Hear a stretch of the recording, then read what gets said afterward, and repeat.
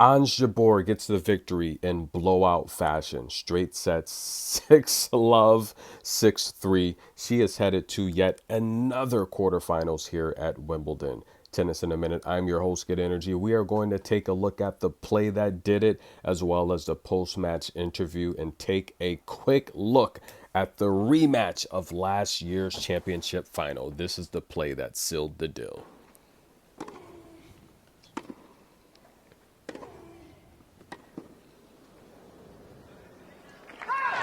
That's it. Now, when Jabuer is on her game, very few people on tour can defeat her. Of course, someone that comes to mind is Elena Rybakina. That's right, ladies and gentlemen. Last year's championship, I told you guys to take Rybakina to defeat Jabuer. However, Jabuer was a lock to win the first set money line. So we had three picks in one. We had Jabuer in the first set. We had the total going over, as of course the pick was for Rybakina to win the championship.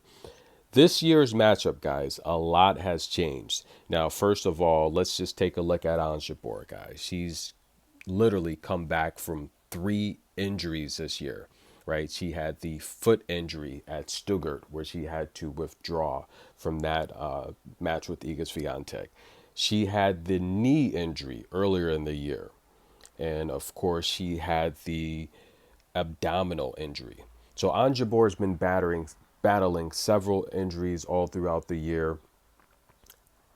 While Rybakina, on the other hand, having her best year as a professional, right? Of course, she won Wimbledon last year, but look at all she's accomplished this year. She made the Australian Open final. She won the Indian Wells, right? Defeating Sabalenka. She made the Miami final. She had a chance there to complete the Sunshine Double, but Petra Kvitova prevented that.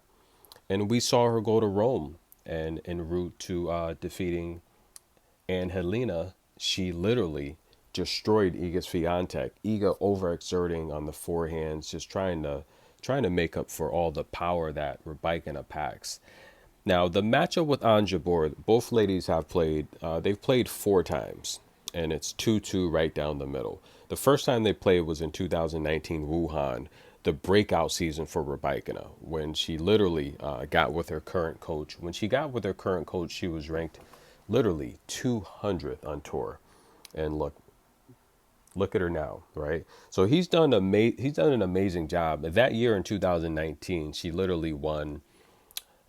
She won 3 ITF championships, at least 3. I know she made 4 finals at least. She won 3 of them, but she defeated Jabuer at Wuhan, and that was a 3-set match. The second set went to a tiebreak. Then they played a couple years later in Dubai, where Jabuer would get revenge, another 3-set match. They played a couple years ago in Chicago, and please bring tennis back to Chicago, okay? The kids there in the urban communities and cities, they need things to do, guys. It's just so, the conditions in these urban cities are so abhorrent. No one is helping out. It doesn't matter what political party you're with. No one is helping. I've done my part over the years, providing hundreds of jobs, helping build playgrounds, donate supplies to schools, and on and on and on. Food drives. Look, I've done my part for many years, but help out. Please bring tennis back to Chicago. And look, and of course they played, Jabuer won that match in Chicago a couple of years ago, and last year at Wimbledon, we know how that went. The matchup this year, I do think Ons, after her performance today, if she plays like that, there's nothing Rybakina can do. Another taller player that doesn't have the movement. Yes, Rybakina moves better than Petra. She covers great distance with her long arms, her reach, her stride, and I think her closeout's amazing. But just the angles that Ons Jabeur has in the spin, the serve will be deadly. Rybakina is going to win 2 service games off of her serve alone. However, just once the ball's in play, if she can return that first serve on Jabuer, then I mean the rally should go to Jabuer. But we'll have to check the number in the post-match so interview. Many people are supporting you here just because you're so nice. How does that make you feel? Now, in the post-match interview on Jabuer, look, we all know there's not many people on tour that make me smile. I love to cover her matches. She's a ray of sunlight. She's really a positive person. I've had the chance to meet her several times.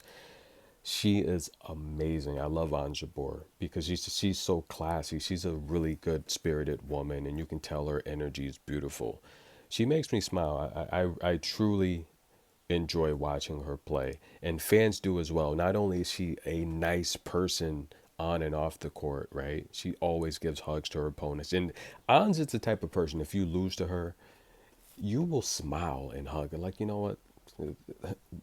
Who else better person to lose to than Ans Jabeur? And the crowd cheered for her, and Ans said, "Look, I'm playing Rybakina next. I will need you guys to cheer for me then." Tennis in a minute. See you soon, guys. I will be covering that match, and stay tuned. I'll have a prediction for that match. Tennis in a minute. We'll be right back.